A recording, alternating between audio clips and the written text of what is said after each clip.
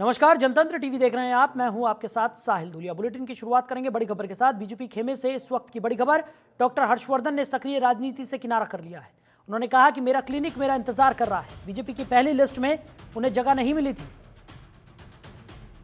बड़ी खबर आपको बता रहे हैं, डॉक्टर हर्षवर्धन ने सक्रिय राजनीति से किनारा कर लिया है। उन्होंने कहा कि मेरा क्लिनिक मेरा इंतजार कर रहा है। तो बीजेपी की पहली लिस्ट में उन्हें जगह नहीं मिली थी। बीजेपी खेमे से इस वक्त की बड़ी खबर। डॉक्टर हर्षवर्धन ने सक्रिय राजनीति से किनारा कर लिया है। उन्होंने कहा कि मेरा क्लिनिक मेरा इंतजार कर रहा है। तो बीजेपी की पहली सूची में डॉक्टर हर्षवर्धन को जगह नहीं मिली थी। बड़ी खबर आपको बता रहे हैं।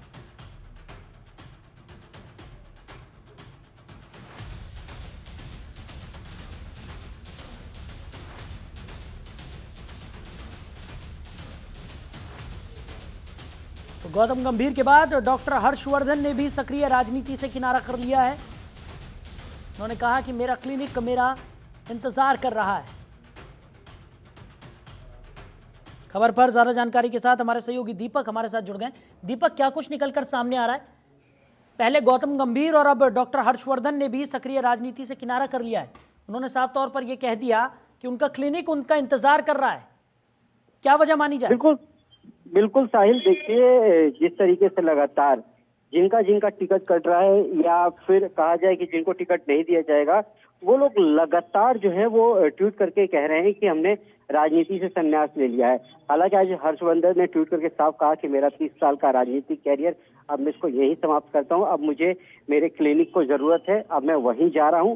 पर वहीं अगर हमारे जो सूत्र हैं वो ये बता रहे हैं कि भारतीय जनता पार्टी गुजरात के तर्ज पर अब ये कर रही है कि जिन जिनको चुनाव नहीं लड़वाना है उनको अब मैसेज करवा रही है, और लगातार ऐसा हो रहा है। क्योंकि देखिए, गुजरात विधानसभा में जिन उम्मीदवारों को नहीं लड़ाना था उनसे लगातार उनसे ट्वीट करवाए जा रहे थे, उनसे लेटर लिखवाए जा रहे थे कि आप मना कर दीजिए कि आप नहीं लड़ेंगे, और वही अब होता हुआ नजर आ रहा है।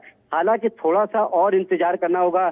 जयंत सिन्हा, गौतम गंभीर, अब हर्षवर्धन, हो सकता है कि अभी कई और नाम आ जाएं जो साफ कह दे कि हम इस बार चुनाव नहीं लड़ेंगे। देखिए, खुद आसनसोल से जिसका कल टिकट फाइनल हुआ था, पवन सिंह, उन्होंने भी मना कर दिया है कि मैं चुनाव नहीं लड़ूंगा। हालांकि पवन सिंह थोड़े से विवादों में तो रहते हैं, पर उनके गानों ने ही इस बार उनकी लुटिया डुबो दी है। तो जाहिर सी बात है कि जिस तरीके से लगातार जो मैसेज है वो कन्वे हो रहा है कि पार्टी को नहीं, अब मुझे अपने व्यक्तित्व के लिए थोड़ा टाइम चाहिए। जैसे गौतम गंभीर ने कल ट्वीट करके कहा था कि अब मैं थोड़ा क्रिकेट को पूरा समय देना चाहता हूं और मैं राजनीति से संन्यास ले रहा हूं। तो लगातार कई और अभी ट्वीट आने बाकी हैं, इंतजार करना होगा। और क्योंकि लगातार जिस तरीके से 2024 का जो टारगेट है उसको पूरा करना है, प्रधानमंत्री नरेंद्र मोदी जो टारगेट जो दिया है 370 का, उसको लेकर लगातार अब ट्वीट आ रहे हैं साहिल। बिल्कुल। और जिस तरीके से दीपक, हम पहले भी चर्चा कर रहे थे, जब गौतम गंभीर ने जेपी नड्डा से दरख्वास्त की थी कि उन्हें राजनीति के तमाम जो कार्य हैं उनसे उन्हें मुक्त किया जाए, और अब जिस तरीके से डॉक्टर हर्षवर्धन ने यहाँ पर भले ही ये हवाला दिया हो कि उनका क्लिनिक उनका इंतजार कर रहा है और इस तरीके की तमाम चीज़ें निकलकर सामने आ रही हों, लेकिन कहीं ना कहीं ये भी माना जा सकता है कि जो पहली लिस्ट जारी की गई है भारतीय जनता पार्टी की तरफ से, क्या उसका भी ये असर माना जा सकता है इस तरीके से जो तमाम जो नेता हैं वो भारतीय जनता पार्टी से किनारा कर रहे हैं?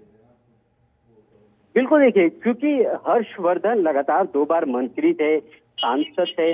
कहीं ना कहीं एक तरीके से जब सांसद का टिकट कटता है तो थोड़ा दबाव होता है कि आखिर वो करे क्या। और जाहिर सी बात है, इसी को लेकर उन्होंने जब आज क्योंकि अगर वो चाहते तो जब उनका कल ही नाम कट गया था तो कल भी वो ट्वीट कर सकते हैं, पर जिस तरीके से उनका नाम आज उन्होंने ट्वीट किया कि मेरा क्लिनिक मुझे इंतजार कर रहा है। और जाहिर सी बात है, देखिए, सबसे बड़ी बात यह है कि जनतंत्र टीवी ने 29 तारीख को जब बीजेपी केंद्रीय चुनाव समिति की बैठक हुई थी, उसमें साफ जो जनतंत्र के सूत्र हैं वो बता दिए थे कि दिल्ली में इस बार 5 सांसदों के टिकट काटे जाएंगे।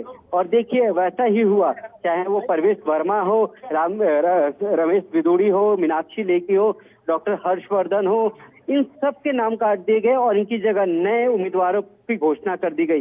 तो जाहिर सी बात है, 30 साल का एक राजनीतिक कैरियर और इसमें अगर टिकट ना मिले तो दुख तो होता है, पर उस दुख को बयां कैसे किया जाता है वो देखने वाली बात होती है। हालांकि क्योंकि डॉक्टर हर्षवर्धन एक डॉक्टर भी हैं, तो उन्होंने साफ कह दिया कि अब मैं पूरा जो टाइम है साहिल, वो मैं क्लिनिक को देना चाहता हूँ और मैं चाहता हूँ कि अब मैं जनता के बीच में रहूं।